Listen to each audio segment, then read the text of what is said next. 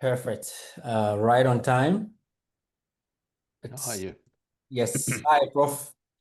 Welcome. How's things? Thank you. Thank you very much for joining us today. Good morning and good afternoon, good evening to everyone who has joined us from Africa, China, and other parts of the world. You're warmly welcome to today's webinar, which is brought to you by the Africa-China Center for Policy and Advisory, the ACCPA. So for the benefit of those that are joining us for the first time, ACCPA is a think tank, policy research think tank, which is headquartered here in Accra, Ghana. We have teams across multiple countries on the continent, as well as in China and in the UK. The work that we really do is very simple. We are the nexus of the engagement between Africa and China. So that's what we look at. So we produce knowledge, we do research, we create for knowledge exchange and dialogues.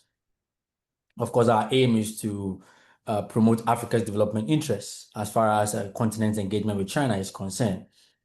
And so what we do every now and then, and of course, outside of the publications that we do, the research that we do, we also try and create as much possible platforms that we invite different scholars and different perspectives to shape the kind of work that we are doing, and even sometimes introduce a new dynamics that we believe will shape the future of the continent of Africa. And so that is why today we are very much privileged to put together this webinar, a very timely webinar, because the topic for discussion is actually something that is very new. And of course, we believe that it's very important that as a think tank that is engaged in the engagement between Africa and China, it would be right for us to share a perspective for our teaming and of course our growing numbers in terms of our subscribers like yourself who have joined us today, probably for the first time or sometime for multiple times, as we try as much as possible to create some of these platforms. So ladies and gentlemen, wherever you're joining us from, you're warmly welcome to our webinar.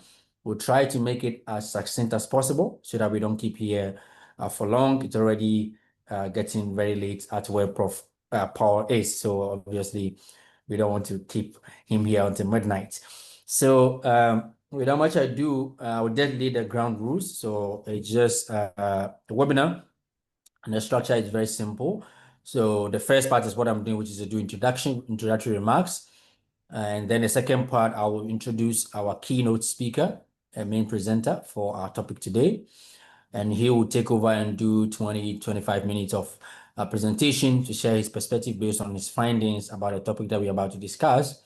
And thereafter, we invite you who have joined us to ask your question. So if you're familiar with the Zoom app, there's a Q&A button on your screen. That is what you're supposed to use to ask your question. So if you have any question, please just use the Q&A button and then put your question there. And then I will moderate that session where I will read, or together with Prof. Powell, he will read the question himself, or I'll read it for him to, of course, answer. Of course, in between, if I have a question, I will ask him directly as well. But that's the format. And after that, he will give his, closing remarks, and then we'll be out of here and hopefully give or take in an hour time. We should be able to finish our discussion today. So, ladies and gentlemen, today we have a very important topic that we are discussing. We call China's Global Governance Initiative in Africa, Advancing South-South Cooperation for a Multipolar Future. Now, quite recently, I think during the Shanghai Cooperation Organization meeting, the SU meeting, we received an announcement from China's President Xi Jinping of the Global Governance Initiative, the GGI, which is a new governance initiative that China has proposed. And as we have it, Prof. Powell will break it down for us to understand what really it is. But our interest, by extension, is how this new proposal, and of course, we also hear from Prof. Powell about the other initiatives that China has introduced in recent times, and which will lead us to the GGI. Our interest will be in the context of Africa and, of course, South-South cooperation. We've seen increasingly in our world today the rising momentum for multipolar world. So we're seeing a lot of new rising voices from countries that, originally you will not see them being vociferous, being out there, speaking for themselves, are now coming out boldly to demand for a fairer global governance architecture. And of course, Africa is featuring very much in the context of the broader South, global South countries. And so with the introduction of this new global governance initiative, of course, the underlying question is, what can Africa do, or countries in the global South do? What should be our contribution? Because obviously we do not want to be a passive, actors in this new initiative announced by China. We want to see how we can definitely be able to take part and therefore benefit thereof of the outcome if this initiative, how it's going to be implemented in that sense. So that is what we're trying to unpack here today, and we're very much privileged today to have someone who has written a widely discussed article in recent time that I came across the article very insightful, and so we thought that why not invite him to come and share his perspective with us. So again, as he does his presentation, please prepare your questions and do send the questions to us via the Q&A button so that he'll be able to answer them after his presentation. Now, just a bit of introduction. Professor Warwick Powell is an adjunct professor at the Queensland University of Technology and chair of Smart Trade Network Supply Chain Digitalization R&D Company. He began his working life in academia, but found his journey taking him through years in government, where he was the Queensland government advisor to the Minister for Mining and Energy, as well as advisor to Kevin Rudd, who later became Australia's Prime Minister.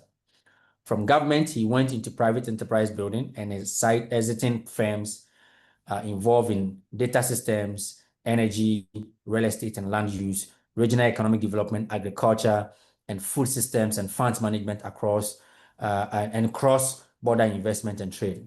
In recent years, he re-engaged academia and leads industry and academic collaboration projects, exploring the intersection of supply chain digitalization, distributed ledger technology, digital payments, and international geopolitical economy. He is the author of China, Trust and Digital Supply Chains, Dynamics of a Zero Trust World, published by Routledge in 2023. So ladies and gentlemen, without much ado, it's a privilege for me to welcome Professor Warwick Powell to take over and then share his presentation with us. And of course, together we will work with him and hope that we will enjoy this very important session. Thank you. Prof, please, you have the floor now. Thank you. Firstly, just a sound check, just to make sure that you can hear me. Yes, you can hear you sound loud and clear. Fantastic. So at least we have the technology working. Yes. Look, thank you very much for the introduction, Paul, and also for the kind invitation to come and join with your organisation and to present some thoughts on the Global Governance Initiative, but more importantly, to engage in a conversation with your community and the participants who are here today. I think it is an example, actually, of what the Global Governance Initiative and the other initiatives is actually about, creating the space in which these kinds of dialogues can take place, and we can now think about how we can take advantage of these opportunities. I'm going to share a slide deck, which will really just help me guide my own way through the discussion. I've already provided a copy of the deck and also a copy of a more formal paper. I don't think I'll read from it tonight, but by all means circulate that to anybody who's interested in it, because it's probably a little bit more of a coherent and structured presentation of some of the ideas that I'll talk through tonight. Okay. So we should be able to see a screen, and I've called the talk China's Global Governance Initiative and the Making of an Enabling Great Power, in large part because the first thing we need to try and do is understand what the Global Governance Initiative is from China's point of view, and then as the author and the proponent, and through understanding it from that perspective, we can then better understand how it is that other countries can begin to engage with the initiative and take advantage of the initiative to pursue their own objectives.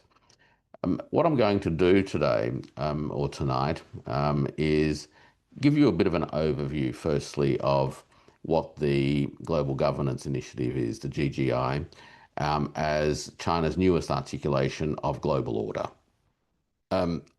I'll situate the GGI alongside three other initiatives that have been launched over the last few years, which is the Global Development Initiative, Global Security Initiative, and the Global Civilisation Initiative. And ultimately, I will try to give you a way of thinking about these initiatives as an ongoing work of reimagining what it means for China to be a great power in a multipolar world, and ultimately what kind of multipolar world becomes possible within that context. And perhaps I'll finish off with some broad reflections about what it might mean from an African point of view and a South-South point of view, and hopefully from that also kick off some questions that we can explore the issues around. So the Global Governance Initiative is the last of these four initiatives, and it was introduced, as Paul mentioned, in October 2025 at the Shanghai Cooperation Organization Summit in Tianjin. The aim of the initiative is to build a more just and equitable global governance system. The underlying principles is to uphold sovereignty, equality, the principles of the United Nations Charter, and true multilateralism. It does so by having five main priority areas, which is in climate governance, health governance, technology governance, development governance, and representation, which is all about ensuring that countries that historically have not had their voices properly heard and articulated within many global institutions are actually able to have those voices heard and heard fairly and properly. And ultimately, I guess, what anchors all of these elements is an idea around institutional inclusion and governance, plurality. What we find in the Global Governance Initiative is a particular response to the legacy of post-war governance institutions. It's a response that recognises that there were many useful things that emerged in the post-war world, particularly around the United Nations and the efforts made to bring countries together within a framework that countries could agree to. However, it's also clear by the launching of this initiative that China believes that the intentions that underpinned the post-war United Nations anchored system, as well as the practical realities of how global governance has unfolded, has not lived up to some of the promise and the expectations, and there is a need for a rejuvenation of a global dialogue around global governance and a commitment by countries to actually revitalise and rejuvenate, if not every element of the United Nations settlement in the post-war world, certainly the spirit that underpins the United Nations based or international law-based order. The initiative, as I mentioned, comes on the back of three other initiatives. The first of those was the Global Development Initiative, and as an initiative, it aimed to commit to this idea of shared empowerment. It was launched in 2021 and really was, and you'll recall, of course, that was during a period of the pandemic when the world was not very well connected, there was a lot of tensions, and this initiative was launched at that time really to reinsert, I guess, some focus and collective energy around the idea that economic development is a collective effort and cooperation is an important part of enabling countries to pursue their own economic development objectives.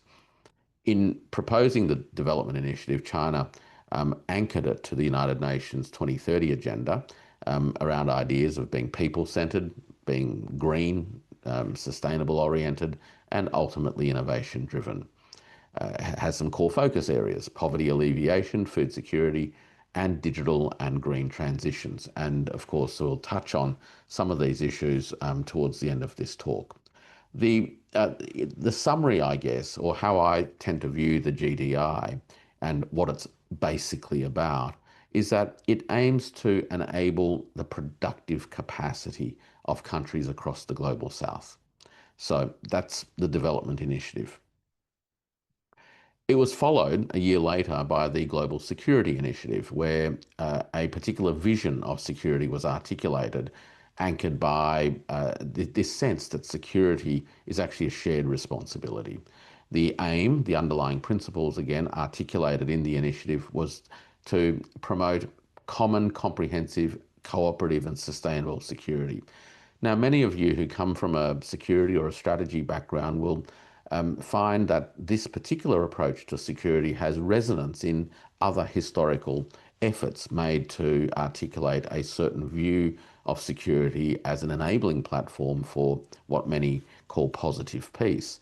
And that is a sense that security is a collective endeavour, that it is indivisible, that the security of one nation can't be achieved at the expense of the security of another, and that in fact the security of one nation implies the security of all other nations and vice versa.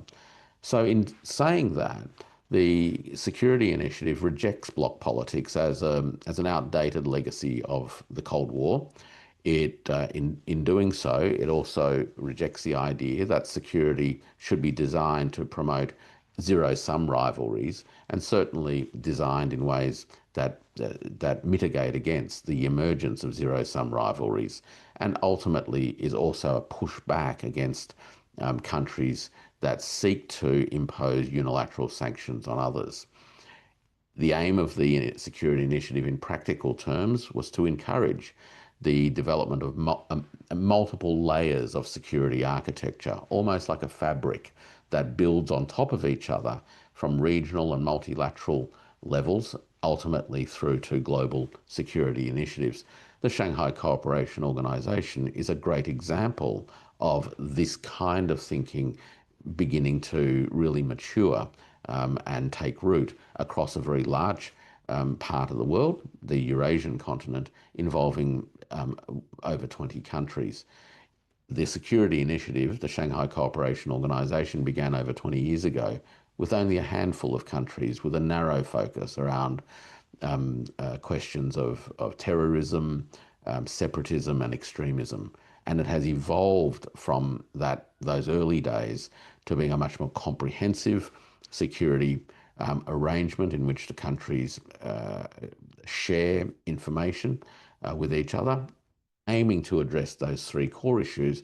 And now we're starting to see strategic security lay the foundations for the development of economic collaboration. The security initiative aims to enable security autonomy and non-hegemonic security and stability. And by that I mean that, again, the emphasis here is that security is a result of the collective efforts. It's not the consequence of one big actor imposing a regime on everyone else. And that's a very important distinguishing principle, if you will.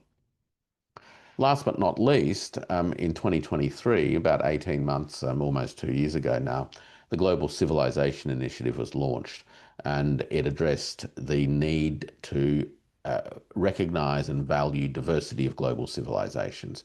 This was in some regards a very direct pushback on the liberal world order, which had been unfolding for the best part of 500 years. The idea that there was a single universal global civilizational narrative where modernity was effectively Western modernity, and by that I mean a transatlantic modernity.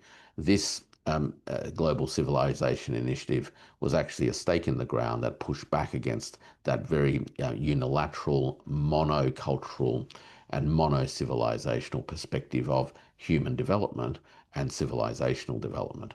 It emphasizes cultural exchange, the importance of dialogue, but at the same time, the idea that there are, despite significant differences across civilizations through both time and space, that there are also very significant group of shared human values as well. It was a rejection of, as I said, Western universalism, and also this sense, which of course came with Western universalism, of a hierarchy of civilizations, that there was the most advanced, which of course was initially the Europeans, and latterly the United States, and everyone else fell into some kind of hierarchical relationship with that particular sense of global civilizational order. So again, in summary, the Civilisation Initiative sought to enable cultural sovereignty, to create a space whereby the cultural heritage of distinct peoples around the world could actually be reclaimed and re-articulated in an environment that recognised the value of those civilizational experiences in their own terms, rather than trying to frame them through the lens of a civilizational hierarchy dominated by Western liberalism. Interestingly, and this is also quite important, it also sought to create a sense of global pluralism around the ways in which civilizations actually thought about questions of morality and ethics, and how they govern populations as a consequence. So an important part of the overall fabric from the China side. So in summary, we've got a holistic framework for multipolarity that has emerged over the last 4 to 5 years. In the economic dimension, we have the Global Development Initiative, and it enables productive capacity. In practical terms, we've seen that manifest through the development of infrastructure, the provision of training, upskilling people, as well as making available significant new technologies, whether they're in renewable energies or what have you. In security terms, we have an initiative which aims to enable security autonomy. The idea that security is collective, that it's something that is created through the collective and aligned work of nations, rather than being imposed by a particular nation. So it's a rejection of a Hobbesian idea that order can only come with a Leviathan. Instead, what we have is a proposition that in a multipolar world, order comes from the collective alignments and the continual work across nations to ensure order is maintained. Civilizational Initiative aims to enable cultural sovereignty, which buttresses all of this, and now we have the institutional governance of the governance initiative.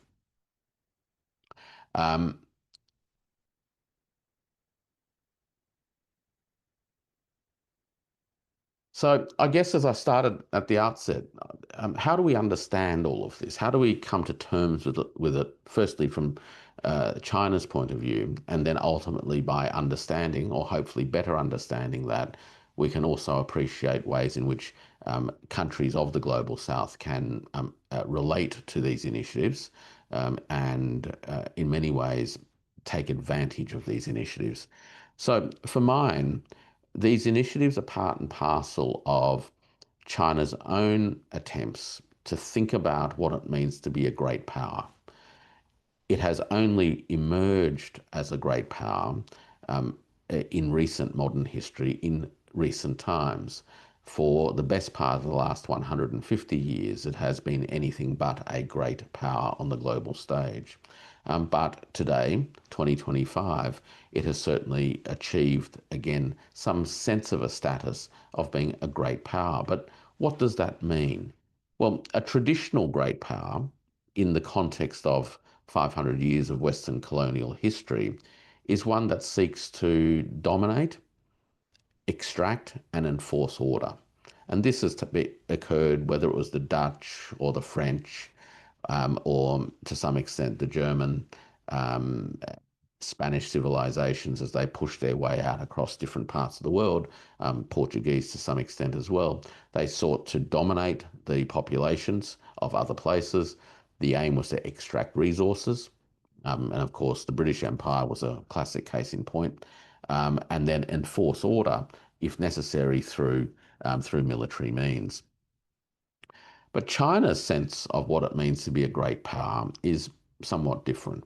So last year, I coined this idea of China as a great enabling state. In Chinese, that's 不能行大国. And the idea here is that China's sense of being a great power is distinct from the ways in which great powers behaved over the course of the last 500 years. And it is seeking to articulate a way in which China as a great power views the world, views how it fits in the world, and views the ways in which it creates conditions in the world that enable a world of a certain type to be possible. And the world of a certain type to be possible is what we, I guess, loosely call a multipolar world. In this sense, China sees power as the means by which it can facilitate the flow of value, the empowerment of others, and ultimately anchored by the idea that all of this must deliver mutual benefits. It cannot be, forever an extractive relationships.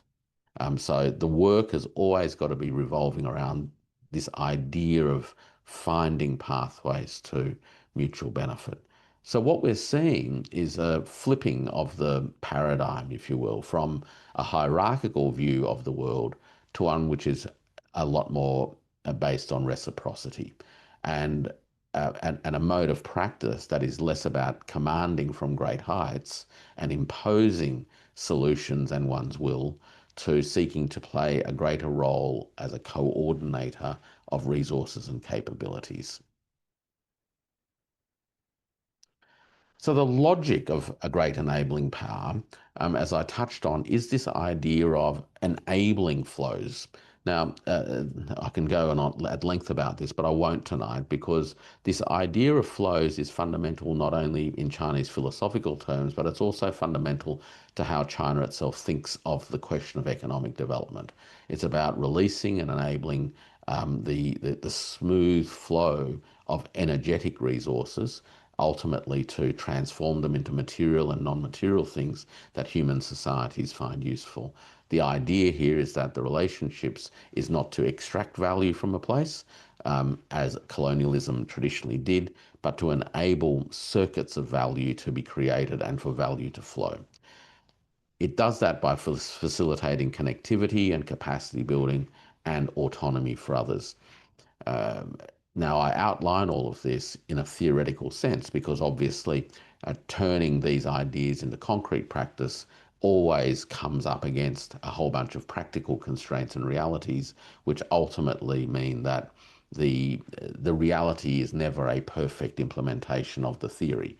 But I'm just outlining, I guess, this sense of conceptually where China is coming from. The approach of China as a great enabling power aligns with some deep philosophical roots, which is this idea of achieving harmony without uniformity. And this comes from very deep Chinese philosophical traditions that in fact a great person achieves, and a great state achieves harmony in an environment of diversity, whereas a small person seeks to obliterate diversity and enforce uniformity. So in this sense, a great power is measured or defined by its ability to enable others to flourish. So in Chinese, the idea here is 共建, 共享, which is to collectively or jointly create something, construct things, so as to be able to share the benefits of that collective effort. So in summary, we have two contrasting paradigms. A colonial Atlanticist paradigm, which is hierarchical with a very strong center-peripheral economic structure. It tends to be extractive, creating relationships of dependency. It's run by a few.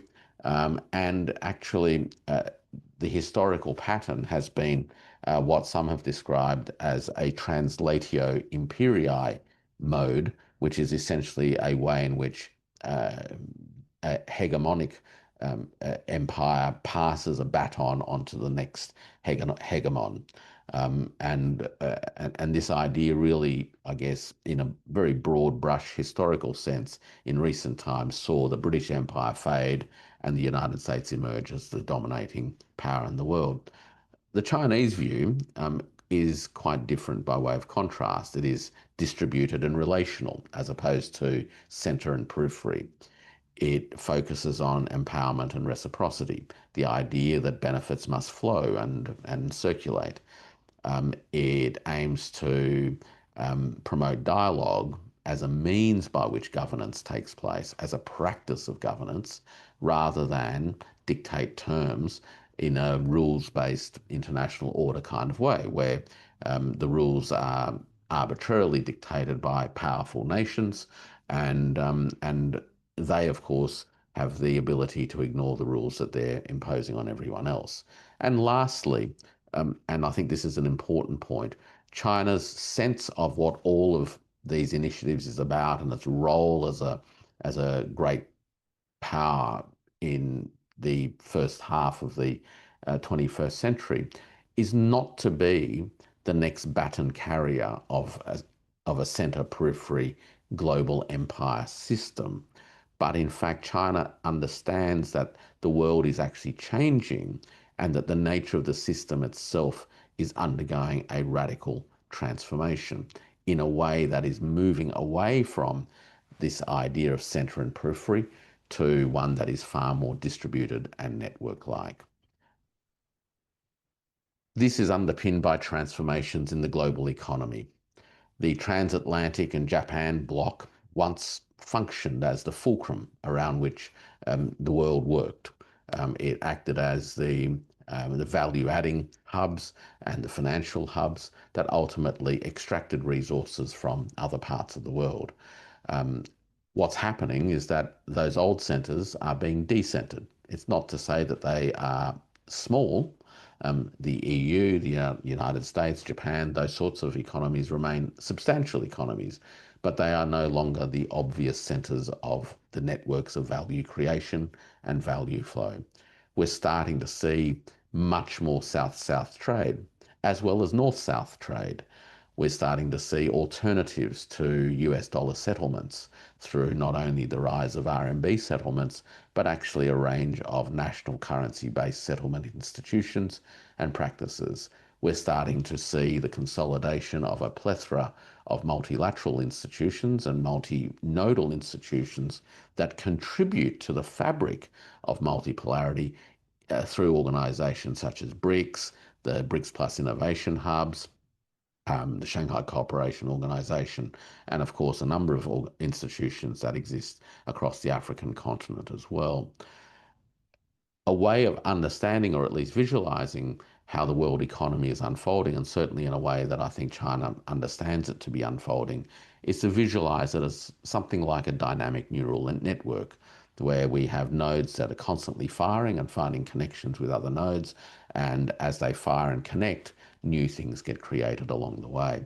And so China's various initiatives seek to create a framework that aims to stabilize this much more complex network. And it does that with a view that stability can best be achieved by enhancing connectivity.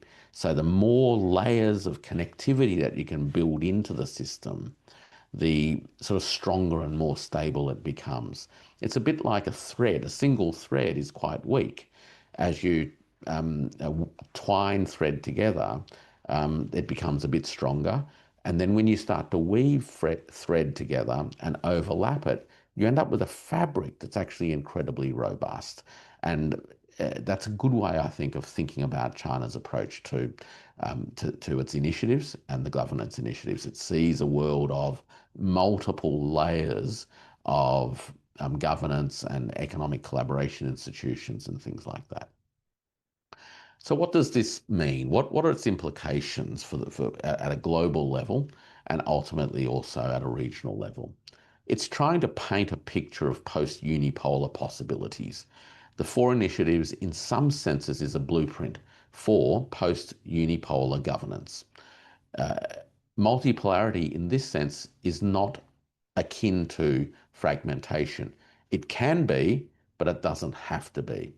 What it is, in terms of China's various initiatives, is a way in which collectively nations around the world can, at different levels of engagement, whether it's locally, regionally, or at global scale, achieve a sense of distributed interdependence, right? So this isn't about suppressing the uniqueness of individual countries by a dominant country, but by creating through this web network, this fabric, if you will, a sense of being interdependent with each other, but at the same time preserving each nation's and each civilization's history and identities. So what are its challenges? Well, it's not an easy thing to accomplish when you've got the shadow of 500 years of history to deal with. So implementation is a challenge, and that's where we're at today. Countries around the world are talking about these things and thinking about what this means in practical implementation terms. The idea of building interdependence through dialogue really requires the rebuilding of trust where trust has been missing and consolidating trust where trust exists. Because without that, without the ability for nations to be open to depend on others, the idea of a codependent security and codependent and co-jointly created prosperity becomes more difficult. And with trust, we can then get better institutional coordination. The opportunities, again, at a global level, but also at a local and at a regional level, is for national leaders and regional leaders to, I guess, pursue ways of creating greater inclusion around the themes of these different initiatives, for regional leadership to emerge that is focused on these kinds of initiatives that build web networks and ultimately to contribute to this new sense of global public goods. So this sense of global public goods, as I mentioned earlier, really goes to the connective tissue that connects the different nations and civilizations and the civil society components and economic components of each of them. And this is the kind of global public goods that ultimately enables the pursuit of genuine multipolarity. China has done that through initiatives around physical infrastructure, and we're now starting to see a lot more initiatives in, say, the technology space, in artificial intelligence, open source platforms, the provision of renewable energy, etc., which I think we can go into in the Q&A. So my closing remarks, I guess, for now is that, and things just to bear in mind about the Global Civilization Initiative, is that it is part of a set of initiatives that seeks to describe a world that is transforming in a way that breaks out of the older patterns of empire transitioning to another empire, this translatio imperii pattern. We're not seeing the pattern of the baton of empire being passed from the other. It's actually being set aside. The structure of the world is changing in a way that takes away the foundations of single hegemonic empires. The Chinese imagination, if you will, and the initiatives that it's articulated, imagines a world where power is circulated via this idea of enablement. The cornerstone of each and every one of these initiatives is actually the enablement of others, because it is only through that that each connected member of this global community can actually make contributions to prosperity, stability, security, etc., etc. So for China, of course, it knows it's a big state. It has, well, until recently, it was the largest population in the world. It is, by power purchasing parity terms, the largest economy in the world, and in a whole range of material benchmark terms, it is significantly the largest economy in the world.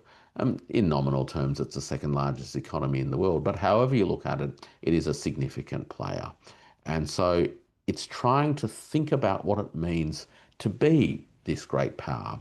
And for that, it is around this idea of sustaining the flows through enabling others to emerge, I guess, from the suppression of history and the suppression of colonialism. And importantly, what we get as a result of all of this is the emergence of order that is a consequence of a living network, right? So order comes from the ground up through interactions rather than being imposed from the top down. From an African point of view, I think what we've got is a space.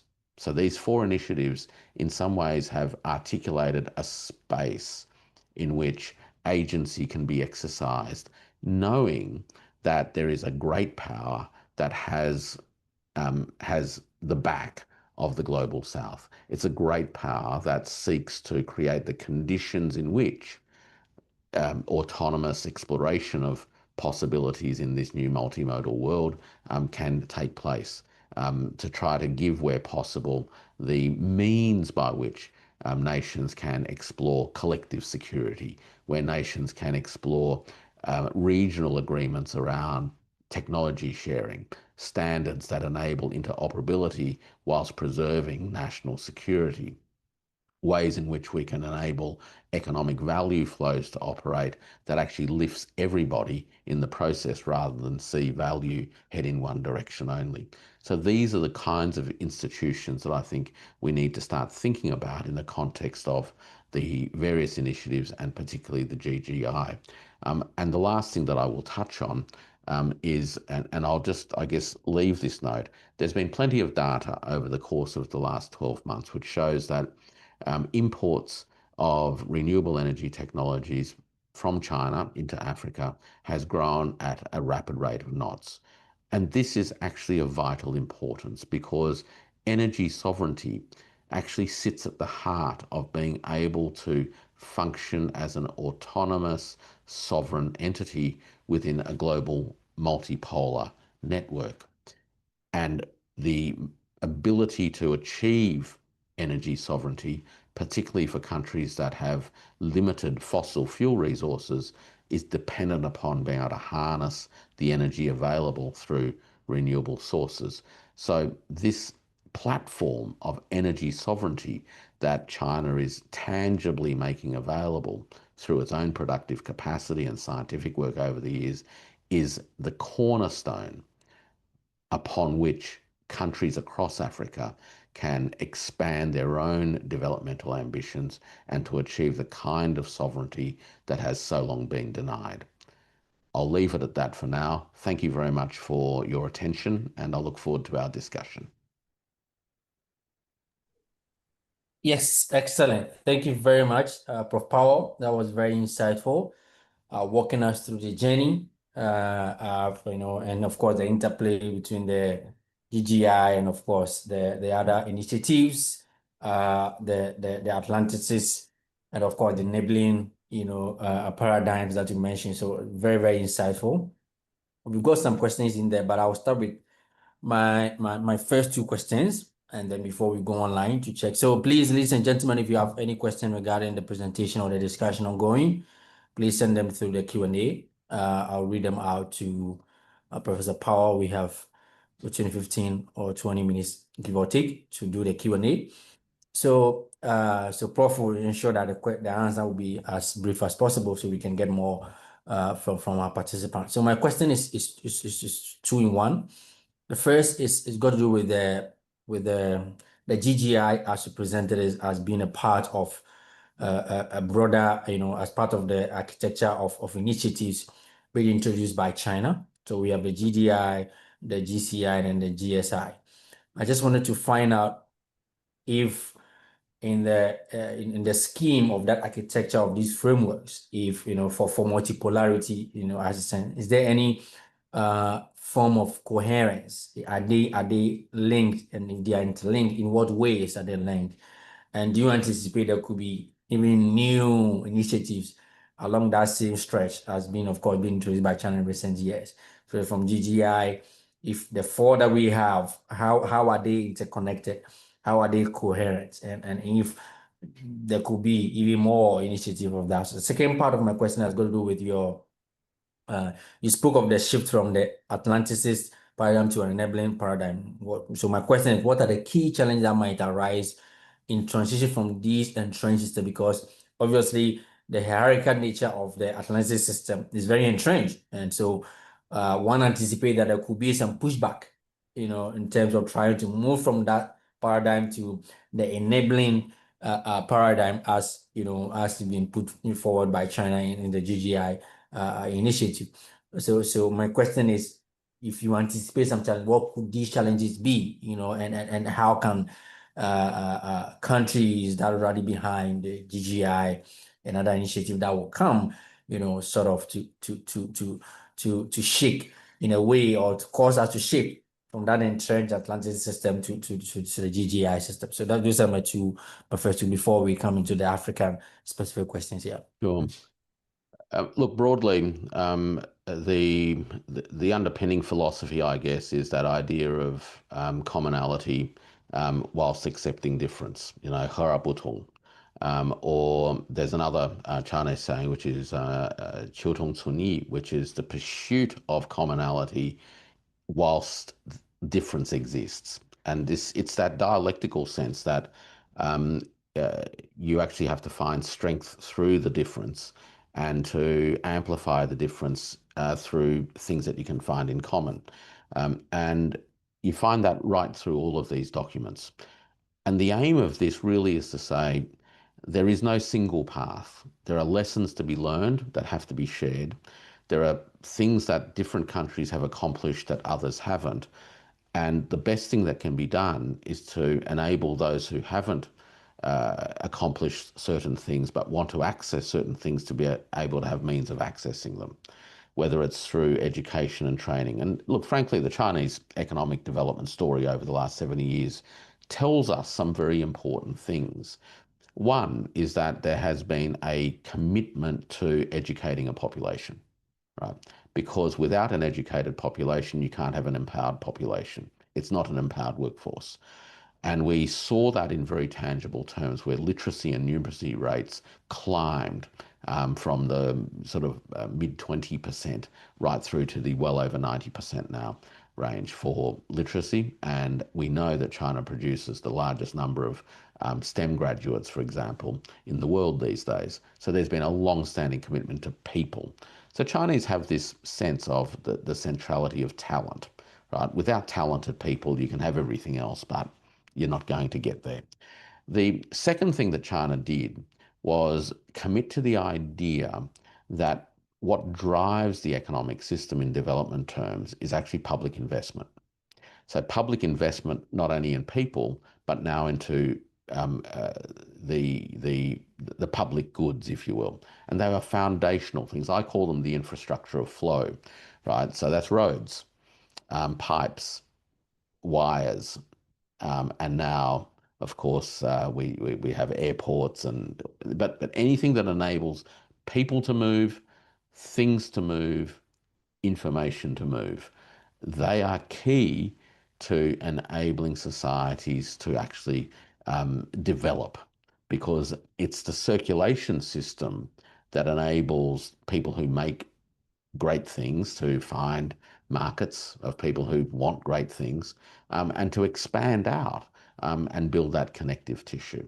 So they're the two big lessons, in a sense, from the China experience that I think reflects through these initiatives. This idea that difference matters and you can't smash difference. The objective isn't to destroy difference in the name of some single exceptional whatever it is.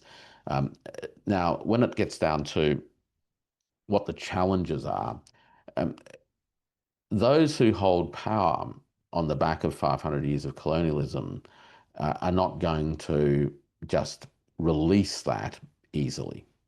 And we see this all the time. We see military interventions as part of attempts, if you will, to disrupt and divide. We see, regime change operations that take place in different parts of the world. In Asia, we've seen quite a few in recent times. We've seen some on the edges of Eastern Europe as well. So in some ways, regimes who have benefited historically from this centre-periphery relationship will seek to disrupt the ability of nations to find common ground. Their modus operandi is to divide and conquer, right? So so the challenge is actually to resist the temptations of divide and conquer, and the best way to do that is to build the mechanisms by which you can talk with each other, right? Because it's the communications that actually makes it possible to coordinate and eventually collaborate. And when you can do that, you start to build those networks and layers of interactions that make it harder and harder for divide and conquer to take place. Thank you very much for that response. I'll be going to the audience. We have some questions in there. The first I'll read is from Eric Weir. So he's saying that from a Liberian perspective, where we are striving to strengthen economic sovereignty and sustainable development, how can China's relation distributed approach, which is joint creation and shared benefits, be practically applied to partnerships with smaller developing nations, particularly in Africa, to ensure that cooperation truly promotes mutual empowerment rather than new forms of dependence? Obviously, as we've tried, a center and a periphery system that is there now. The idea is that the question I'm sure is the person trying to arrive at is how can there be a situation where it will not be in that same, because that gives the level of dependency that we've seen in our world today. So what is going to be the case for countries, smaller countries, of course, let's say African countries? What is going to be? How can this new approach by China help, to avoid that dependency, Yep. as we've seen in the existing system? Yeah. I'd suggest four things. Yeah. The first thing really draws on what I said earlier about energy sovereignty. If a nation cannot be sovereign in terms of its energy systems, it's never going to be able to achieve anything else. That's the first thing, because on the basis of energy sovereignty, you're able to deliver a whole range of things that are necessary for ongoing economic development. You can deliver, for instance, improved urban environments, whether it's with street lighting or residential lighting, and of course with wastewater and potable water systems, which all rely upon energy to do what they do. I often also remind people that sometimes energy is a very grounded and intimate relationship to economic development, because if you can't enable people to become literate and to become educated, you're never going to be able to pursue an economic development pathway. And critical to that, of course, is the ability for students to be able to, firstly, read things and do homework. And having lighting is actually really important. So when I was growing up, and then as I got older and I visited my relatives in mainland China, I remember going to one of the family villages in the late 1980s, and there was still no electricity, right? It was the delivery of electricity to the village that was transformational. And in one of the practical ways was it enabled the kids to do homework and learn and then go on and do better things. So energy sovereignty is critical. On the back of energy sovereignty, you're then able to do all sorts of other things, but I'll only touch on one, and that is to implement what we would now call data sovereignty. Okay. You need energy, electricity in particular, to run data centers and computers and telecommunications networks. Where we're heading to now is an environment where nations need to think about how they secure the data infrastructure in a national sense, and to enable people to secure data for themselves. AI models that are open source and which can be operated on local devices locally is actually the pathway to achieving these outcomes. And earlier this year, we had DeepSeek, but not just DeepSeek now, that has released to the world AI models that are totally open source, which anybody can download and run on devices to take advantage of technology. So data is the next one. The third one is thinking about regional finance. And I know that there's another question somewhere here also touching on the question of financing. It's a much bigger topic, I guess, and we'd probably need to spend a lot more time pulling apart or breaking down this question of what money is and how finance works. But again, finance and data infrastructure are quite closely connected, right? Because at the heart of it, finance is really a way of keeping score, and we increasingly keep score on devices that run on electricity. So there needs to be a way of having agreed ways in which countries keep score. Now, China understood this as a monetary sovereign nation. You can issue your own currency, right? You only need foreign currency if you need to buy things from that other country that you don't yourself have, okay? So this idea of becoming energy independent actually frees you up from having to buy energy with hard currency, foreign currency. So this monetary sovereignty is actually really important to understand.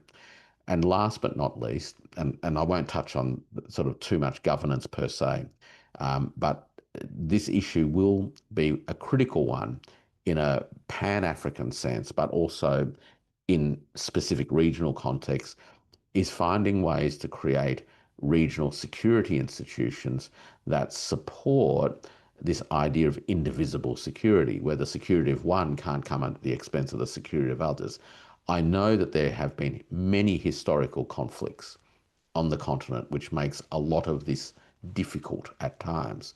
But a key to long-term economic development is actually putting in the effort to resolve, to the extent that you can, the points of disputation that exists between countries, bearing in mind that many of these disputes relate to borders that were imposed onto a continent by colonial forces, right? So dealing with the consequences of those, but they're just real things now. And so addressing this question of collective security and building the institutions that enable that to happen is the fourth key thing that I would suggest needs to be thought through. Thank you very much, Prof. There's a question here from, let me read it. Chen, it's about, Chen is asking that as the international community approaches the 2030 with persistent gaps in achieving the UN SDGs, how do you envision the global governance to contribute to the agenda setting and prioritization for the global development framework beyond 2030? So the question is about beyond 2030.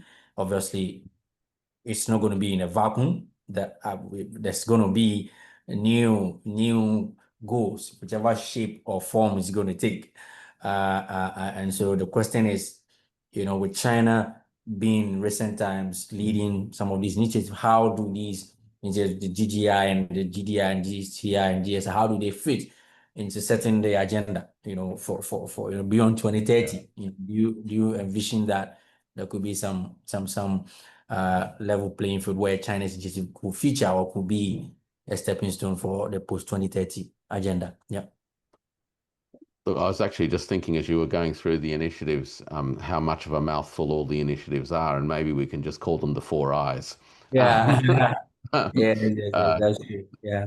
Look, I'll say two things on this question. One is, of course, that the development initiative was directly aligned with the Sustainable Development Goals, in part because I think China saw that there was a lot of slippage, that in many regards achieving those goals seemed to be a long way off, and there needed to be greater concerted effort around those goals as meaningful objectives to work towards.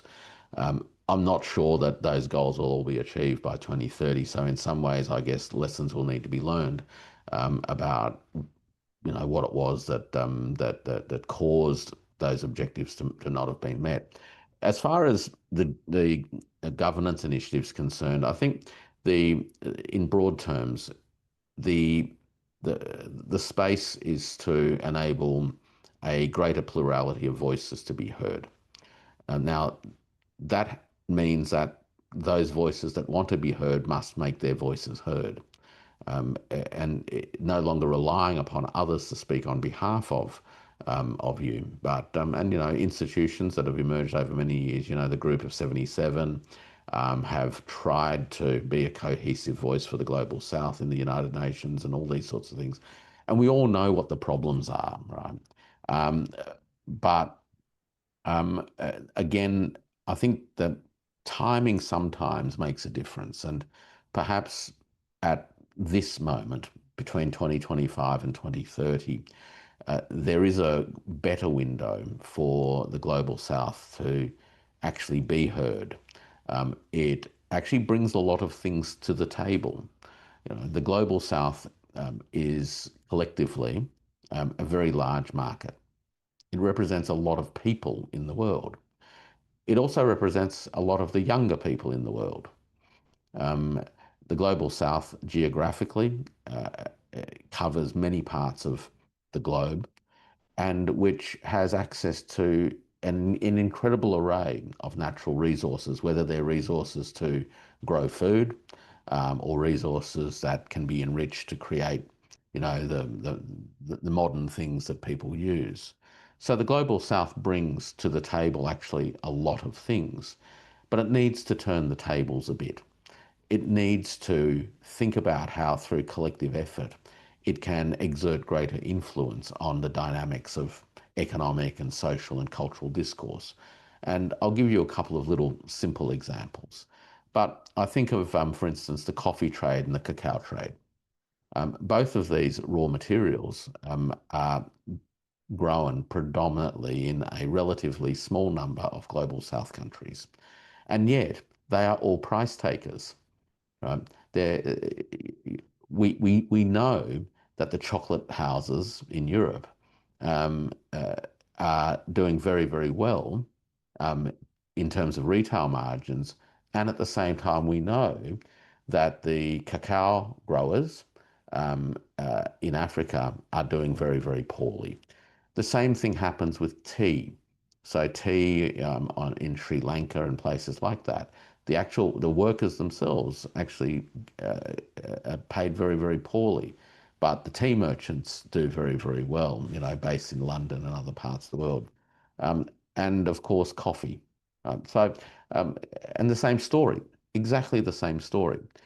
In all of these instances, the question that we have to ask ourselves is, can we learn something from what OPEC did to become a cohesive force as producer nations rich in natural resources?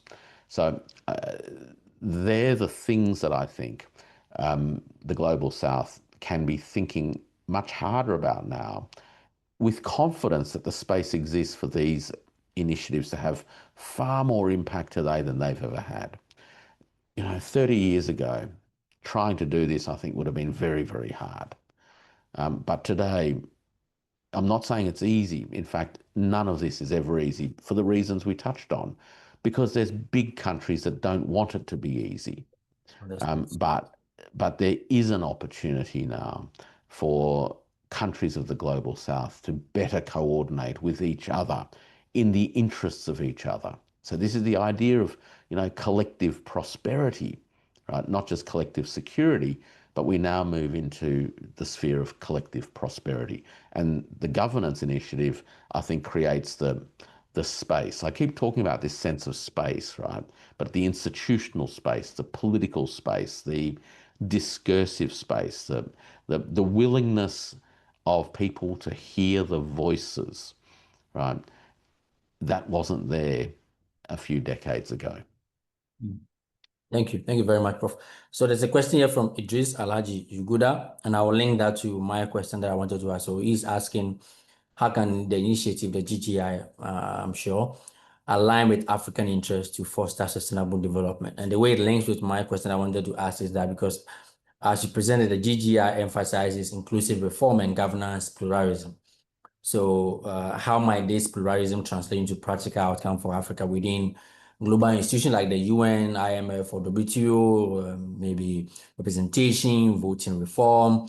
The G20, Africa has to, had to fight, for a long time before recently the entire African continent has been accepted to be part of the G20, right? So, you can just imagine the imbalances. So in this case, how does the GGI present an opportunity for this pluralism? How does that translate practical terms to Africans, role participation in institutional WTO or UN or even the IMF? How does that work? Yeah. Look, all of these institutions, of course, bear the hallmarks of their birth. Yeah. They all emerged in the post-Second World War environment, where the victors decided basically how the world would be organized. As a consequence, the vast majority of countries and the vast majority of populations were largely left to one side. And we see that the United Nations, where you have this, notionally democratic General Assembly, but the General Assembly has very little influence and teeth. We have a Security Council in which permanent members have veto rights that are increasingly abused, right? That really wasn't the idea of veto rights. The idea was that, sure, major powers need to have some way of saying, look, until we can get consensus, it's hard to make things stick, right? So in a sense, there's a practicality to it, but it's been abused ever since, right, to really make things not happen.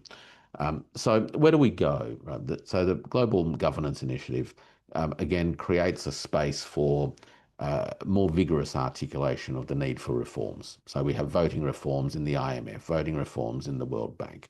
Is ongoing efforts to have reforms of the Security Council. So I think we can start to do some of those things. But one of the interesting things about the GGI is that whilst it sees the United Nations and its institutions as central, the Mm. foundation stone, it doesn't say that everything must rely upon this institution as the best way of organizing the collective interests that we've been Yeah. talking about. And so it creates, I think, a platform for multiple layers of regional institutions to be developed and built. Now, building a big thing like the UN is a big effort, right? Getting 195 nations to agree on something, it's a big effort. But when you're building from the ground up and you're building from neighboring countries, etc., countries with obvious economic relationships of mutual interest, you can start to build the fabric together.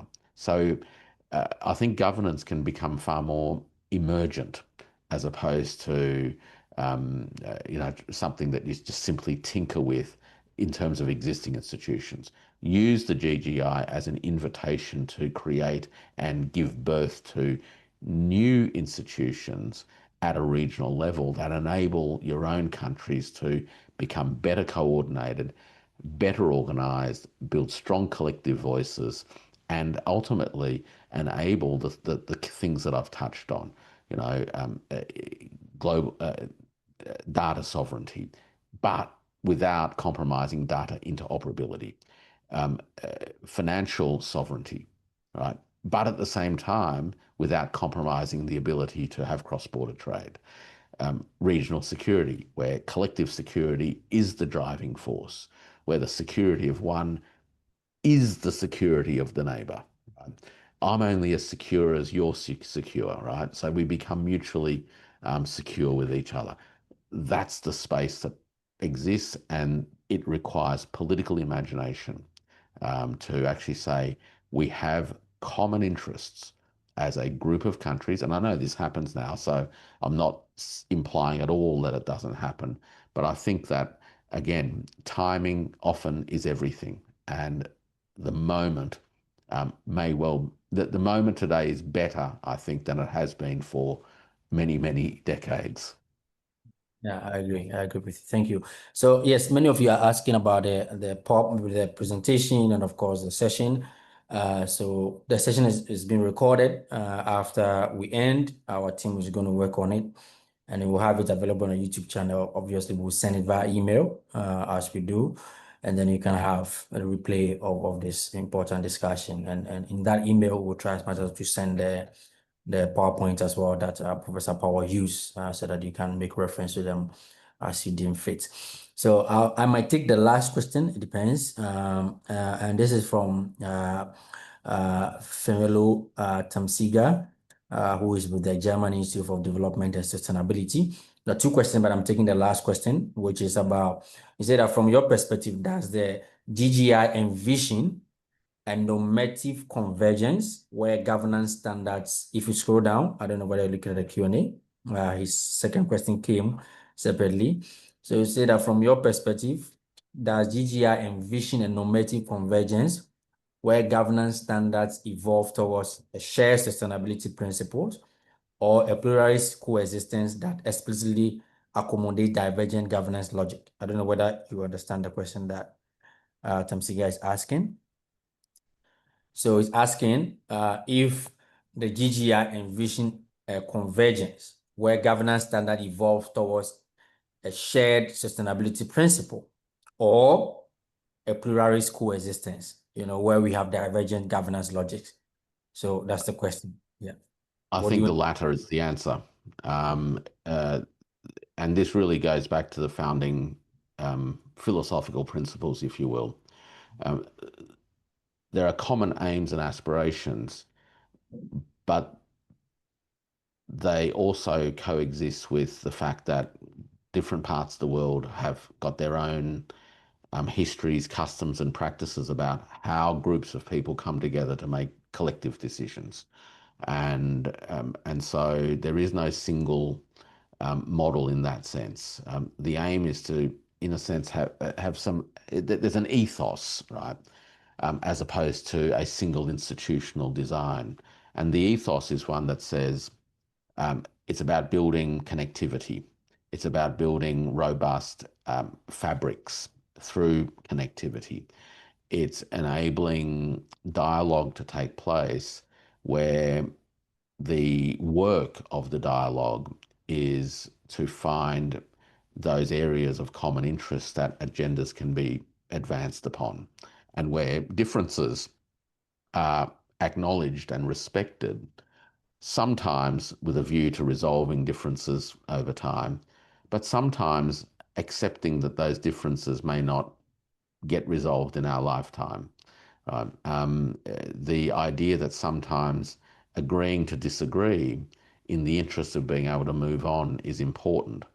Now, that's a very delicate issue because often there's a lot of issues of national pride and things like that involved, to agree to disagree on something.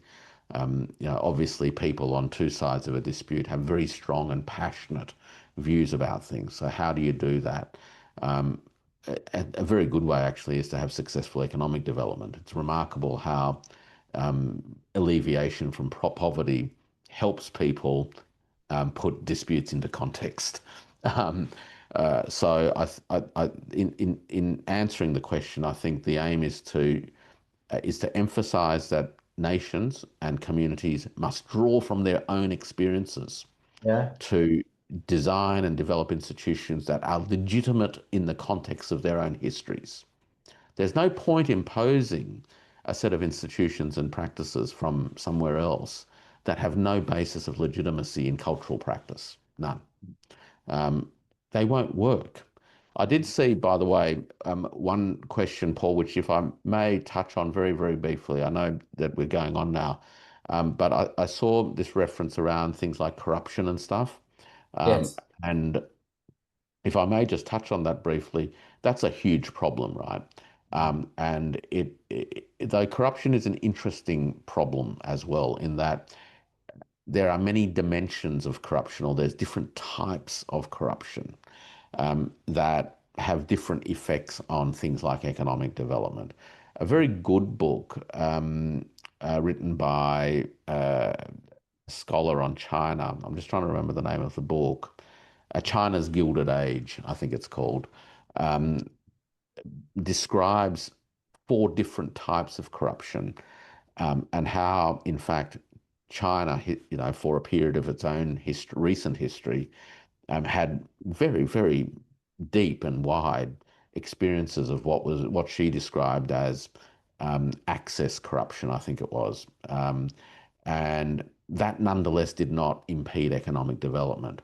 But other kinds of corruption can. So, firstly, to get on top of it, I think you need a good diagnosis of what types of corruption are actually at work. Secondly, of course, you've then got to be able to do something about it. And this is a political question in large part. Countries that successfully do things about corruption typically have leaders who are incredibly secure in their position and are also incredibly determined to weed out corruption. It's a difficult thing to do. Of course, in many Western countries, the way that they deal with corruption is actually to pass laws to make it legal, and then it's no longer a problem, right? So, but corruption, when it involves theft and those sorts of things, can undermine the ability of initiatives to actually do what they're meant to do. It's a huge problem, but I guess if there is one thing I'd say about it is that China's own experiences in tackling corruption over the last 20 to 30 years shows that, firstly, corruption is many faceted. Some corruption is not as bad for economic development as others. So you've just got to focus on firstly, the kinds that are bad, and then the kinds of political leadership that's needed to make this happen. Very difficult problem, though. Thank you. Thank you very much. So I'll take your last comments all too soon we are coming, but I just wanted to tie that to something maybe more specific about what should observer look out for on this GGI from its conceptualization, as you've seen, to implementation. Maybe it could be summit or pilot program or institutional. What should people look out for as China will seek to move from conceptualization of the GGI to re-implementation? And then, box out with your last comments, and then we can wrap up here. Yeah, look, I think from China's perspective, at a global level, it's seeking to, I guess, influence the reform agenda of the UN and also institutions like the World Bank and the IMF. That's its first principal focus, is to influence that. In its own backyard, it has institutions like the Shanghai Cooperation Organization, which I think is an interesting case study that other parts of the world could well look at in terms of this collective security organization. The multilateral economic collaboration is one where there is quite a lot, but it can always be done from ground up. But interestingly, anchoring a lot of this is also some interesting financial institutions, such as the New Development Bank, from the from BRICS. It's seeking now to increase the national currency-based loans to about 34% of its books over the next few years. There is an argument that says that that's not enough and it's too slow, okay? But it's certainly heading in the right direction. And I think getting more involved with the New Development Bank from a Pan-Africa point of view can actually create a lot of impetus for national currency based, in part possibly, financing for development. The New Development Bank, the NDB, happily considers applications for affiliations from countries that are not in BRICS. So it's done that in South America, for example. So I would be looking at that as an institution to really leverage, because it does have a focus on development. And from the point of view of the continent itself, of course, you've got Ethiopia and South Africa at two ends, really, as members of BRICS. So there are some sort of anchor points that allow countries to sort of latch onto and then build from. So I'd be looking at that. I'd also look very, very hard at addressing this issue of national sovereignty-based or sovereign financing. I mean, there was a question earlier in the Q&A about interest rates and all those sorts of things. This issue of debt in foreign currencies, particularly the US dollar debts, is a huge problem and has been for many decades, and that deserves another discussion, really. But going forward, sovereign currency issuing countries need to better understand their capacity to issue their own currencies, number one. Number two, there are other mechanisms that can be explored, things like currency swap arrangements with the People's Bank of China, the ability to explore the issuance of RMB denominated bonds, so as to raise RMB to enable countries to purchase things like renewable energy or information technology systems or whatever they happen to be, even robotics and manufacturing and whatever. So there are a whole range of mechanisms that I think countries and their central banks and governments can look at a community level. And this will be my last point, Paul, because I know that we're sort of really running on. But at a community level, there is no reason why communities can't be looking at initiatives that support the digitalization of their own local economies. And the reason why digitalization is important is that it addresses three things. The first thing it does is that it enables informal economies to become to have a pathway to participating in formal economies.